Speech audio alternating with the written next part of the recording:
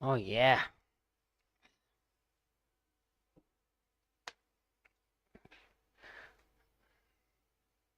सो इतनी सुबह उठने की वजह से सॉरी आदत तो नहीं है लेकिन बनानी पड़ेगी। हफ्ते में एक बार तो उठना ही पड़ेगा वरना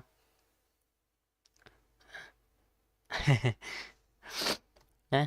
एक बार तो करना ही पड़ेगा। आज पहली बार ग्राफ खुलते ही उस चीज को मैं करने वाला हूँ एनालाइज जिसको मैं हर बार खुलते ही चेंज कर देता हूँ। निफ्टी है वो।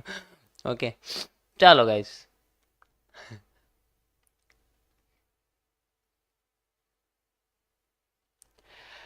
Welcome guys to my stream. कैसे हैं आप सभी लोग? आज मैं आपकी पसंद की जगह पे आया हूँ। वैसे तो ये पसंद की जगह किसी की है नहीं, बट कहने में क्या जा रहा है।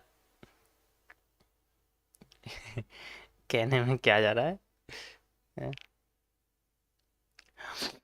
अब हम आ गए हैं निफ्टी में, तो थोड़ा वो भूकंप वगैरह मचाते हैं या नहीं मचाए? देखे तो सही चल कैसे रही है। चल तो बढ़िया रही है यार ये। वॉल्यूम तो अच्छा खासा स्ट्रेट हो रहे हैं। ओके, देखने दो एक बार मुझे थोड़ा सा, क्योंकि इसका पता नहीं है ना, मैं बहुत टाइम से देखी नहीं है मैंने तो। इतना मुझे इसका अंदाज़ा नहीं है। Okay, perfect.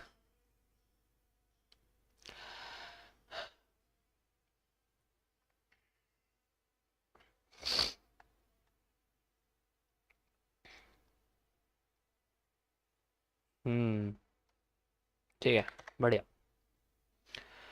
So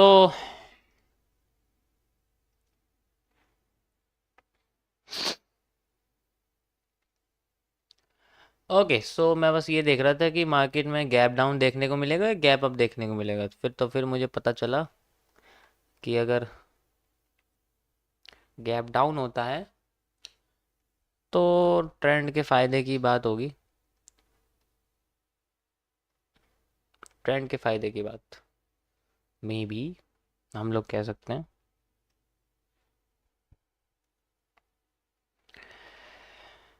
okay, good morning भाई, गुड मॉर्निंग। कैसे हैं आप सभी लोग? एक बार और मेरी तरफ से सभी को गुड मॉर्निंग।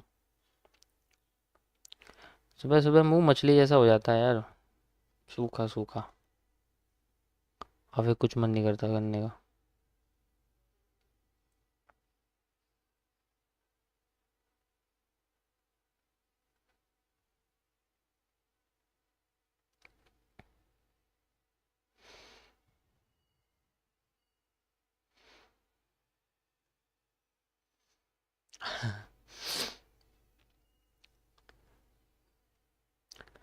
ओके, सो हमारे पास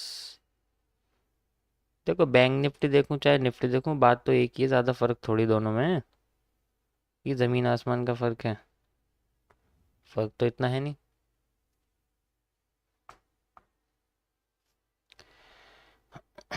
हम्म, इतना फर्क तो दोनों में है नहीं। बस ये कह सकते हैं कि टाइम फ्रेम्स के हिसाब से फर्क आ सकता है। बाकी कोई मेजर फर्क नहीं है, है ना। इसमें ना थोड़ा सा कंसोलिडेशन वगैरह चल रहा है, तो इससे बढ़िया हम निफ्टी पे यहाँ। वैसे भी आज मैंने निफ्टी का वादा किया था और मैं वादा से नहीं मुकरना चाहता। वादे से तो हमसे लोग मुकर जाते हैं लेकिन मैं नहीं मुकरता, है ना।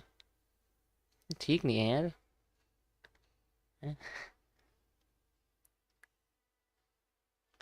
ओके, सो अच्छा देखो। गैप अप गैप डाउन कहीं भी हो उससे फर्क नहीं पड़ता। स्ट्रक्चर समझते हैं क्या है। देखो, पहले तो गैप अप ही हुआ था, उससे पहले गैप डाउन हुआ था, उससे पहले गैप डाउन हुआ था। इसका मतलब इस बार गैप डाउन आ सकता है। चलो देखते जो भी आएगा। अभी मैं अभी एग्जैक्ट एनालाइज नहीं कर सकता इसको। पहले स्ट्रक्चर देख लेते हैं कैसा बना होगा। इसका जो एक बेस एरिया है जहाँ से ये उठ के भागा था ना, यहाँ से ये हैमर से उठ के भागी थी ना मार्केट, यहाँ से उठ के यहाँ आई थी, लेकिन दोबारा से ये फिर बुलिश इनगल्फिंग के साथ इस जगह पे अगर आप देखोगे तो एग्जैक्ट यहाँ से दोबारा उठ गई थी, है ना। और अब ये दोबारा इसी जगह आ रही है, ठीक है, तो अगर गैप डाउन खुलता है तो ये इसको इसके साथ साथ भी क्रॉस कर सकती है ना। जो ये आपको दिख रहा है ना, ये शेडो एरिया जो आपको दिख रहा है हैमर का, ये क्योंकि ये हैमर से ही मार्केट उठ रही है, तो एक भी हैमर अगर फेल हो गया तो मार्केट का कैरेक्टर चेंज हो सकता है। ओके, तो वो डिपेंड करेगा मार्केट के ब्रेकआउट या ब्रेकडाउन के ऊपर। ऊपर की साइड तो कोई मतलब नहीं, वो तो ऑलरेडी चली रही है। ठीक है, अच्छा देखो ऊपर ना एक भी हैमर नहीं है, अगर आप देखोगे तो यहाँ किसी भी जगह पे एक हैमर नहीं है। आपको हैमर दिख रहा है कि पता, आएगा ही नहीं हैमर, वो हैमर आएगा ही नहीं। इंडियन मार्केट में हैमर आने का मतलब समझ रहे हो क्या होता है? हैमर इंडियन मार्केट में ज़्यादातर तभी आता है जब लोगों को ट्रस्ट होता है, तभी आता है, वो किसी बीच में नहीं आने वाला।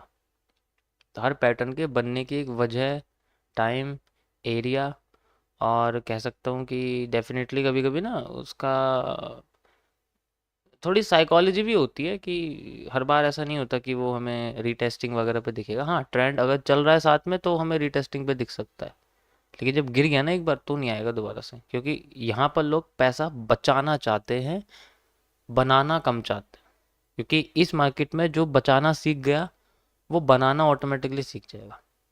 ठीक है, तो कोई भी पैटर्न अगर यहाँ फेल होता है ना, मैंने एक चीज़ नोटिस करी है इसके अंदर हमेशा कि नॉर्मल मार्केट के हिसाब से इसके अंदर होता क्या है कि क्लियरिटी बहुत अच्छी आती है। मतलब ऐसा नहीं होता कि हम अब अगर हम मान लो कमोडिटी में बैठे हुए हैं, गोल्ड में हम लोग या फिर किसी क्रिप्टो में बैठे हुए हैं, तो वहाँ पता होता क्या है कि अगर कोई एक पैटर्न फेल हो गया तो वो दोबारा आता रहेगा, बार बार वो दोबारा आता रहेगा। मतलब लुभावना उसमें ज़्यादा दिखता है इसके मुकाबले, इसमें लुभावना इतना नहीं दिखता बाकियों के मुकाबले। कि अगर हाँ एक पैटर्न, अगर यहाँ पर एक कैंडलस्टिक पैटर्न अगर यहाँ फेल हो जाता है, उसको मार्केट क्रॉस कर देते रिवर्स करके, तो वो दोबारा आने की जो उसकी प्रोबेबिलिटी है ना, वो बहुत कम हो जाती है। इससे क्या होता है कि समझदार आदमी को पता लग जाएगा अब ये मेरा एरिया नहीं है, यहाँ ट्रेड करने का मेरा कोई एरिया नहीं है, तो वो हट जाते हैं खुद दूर।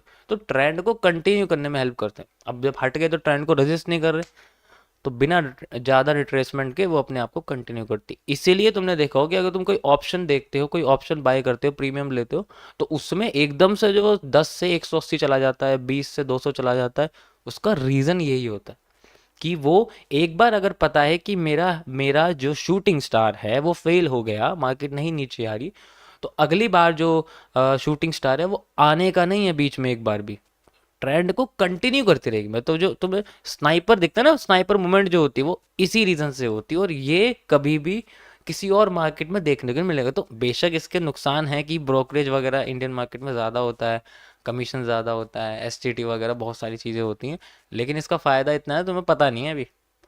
वो अलग बात है कि मैं करता नहीं हूँ ना, मैं करने देता हूँ इसमें, क्योंकि थोड़ी सी रिस्ट्रिक्शंस हैं इसके बारे में थोड़ा एनालाइज करना। लेकिन एक डीप अगर इसकी नॉलेज हो हर किसी को तो बहुत ज़्यादा आसान है इसको समझना, बिना किसी स्ट्रेंड लाइन, किसी इंडिकेटर के थ्रू। एमएमसी की भी तुम्हें ज़रूरत नहीं पड़ेगी इसमें, सच बताऊंगा। सिंपल कैंडल्स की अंडरस्टैंडिंग ही काफ़ी होती है इस मार्केट में सस्टेन करने के लिए। समझ आया? या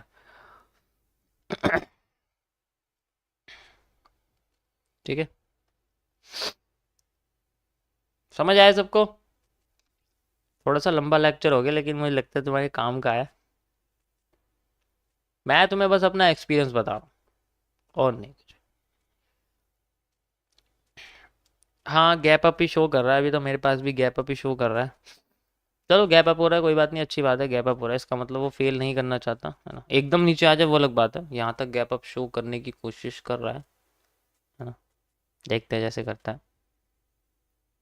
इस जगह पर। ठीक है, वो तो आप इसमें टूल देखोगे ना, इसके अंदर जाओगे ना यहाँ पर, इसमें स्केल्स में, तो यहाँ आपको दिख जाएगा प्री पोस्ट मार्केट, इसको तुम लगा लो। मैंने हटा रखी है क्योंकि मैं हटा, अब एक तरह से ना आइडिया हो जाता फिर भी, मतलब सारा काम खराब हो जाता। यहाँ तो कुछ भी हो जाता है। नहीं, ऐसा कुछ नहीं है, यहाँ कुछ भी ऐसा नहीं होता यार। देखो एक बात बताओ, अगर मान लो मेरा कोई ट्रेंड है, मैंने कोई ट्रेंड यहाँ पर एज आइडेंटिफाई किया, तो उसके फेवर में जाने की कितनी बढ़िया चीज़ है कि मेरे को रजिस्ट कोई नहीं कर रहा है। वो अलग बात है कि उसको आइडेंटिटी, उसको समझना कि क्या यही ट्रेंड है जो 20 से 200 जाने वाला है, क्या यही वो पॉइंट है जो मेरे प्रीमियम को 18 से 50 तक ले जा सकता है। तो वो पॉइंट फाइंड आउट करने में बस दिक्कत है, वो वही तो एंट्री वाला